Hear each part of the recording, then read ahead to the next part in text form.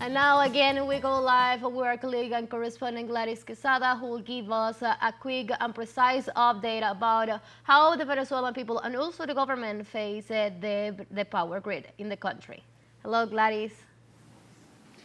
Yeah, Anna, hello. Thanks for once again having me here and receiving me with the information and the updates from Caracas, Venezuela. Yeah, currently the recovery, the reinstatement of the power grid, of the service of electricity here in Caracas is gradual, as you were saying, and is going step by step, slowly in some areas, but because it depends of the capacity of recovery of the infrastructure, and also because the damage was wide in some point, in some extent, but so far they are recovering this.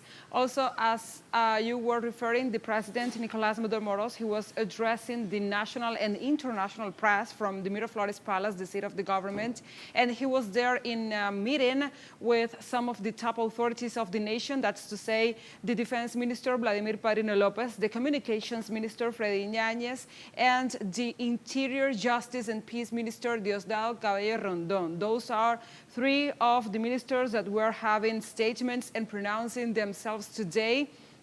And so far, this is what has happened lately in Venezuela and in Caracas. I have to say that the president, and you were given some data, but I want to stress other ones, that the president said that all the contingency plans, all of those strategies to face one attack like this one, you know, an attack of this kind and this magnitude are available in the country. And you know that the Venezuelan authorities and the people have the expertise to confront this kind of attacks, this kind of terrorist actions against the national power grid, as it was done on March the 7th back in 2019 when Juan Guaidó was self-proclaimed as president of the nation, and he also was calling for this kind of actions and this extent or this type of violence in the country. Also, he was congratulating the people of Venezuela because he was saying that everyone was in peace, was calm, and they show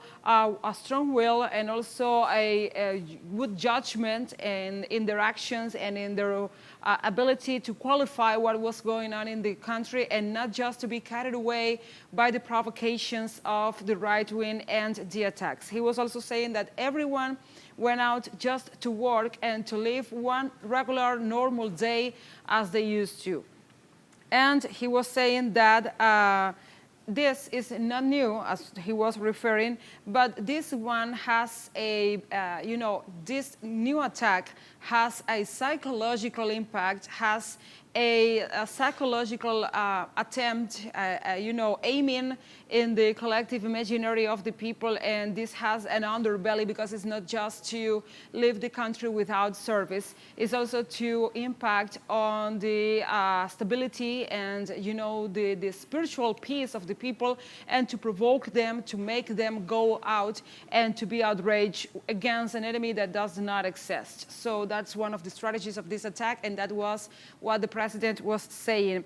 And he reminded that prior to the elections of July 28th, there was a paramilitary group that was detained in Táchira, and he was saying that that paramilitary group, composed or made up by Venezuelan and Colombian people, was or had the intention to explode an electric station, also a power station in that state. So one of the many objectives, one of the many points of that group was to put in danger, to jeopardize the July 28th presidential elections, intending to impede the realization, the carrying on of these elections. But it was also stopped, it was pulled in a halt, and this is the result. So the president was saying that this is not new, and that the right-wing extremist groups and the terrorist groups were announcing this in the social media back in August the 7th, when they were saying that the anonymous group was announcing a hit against the national power grid as this one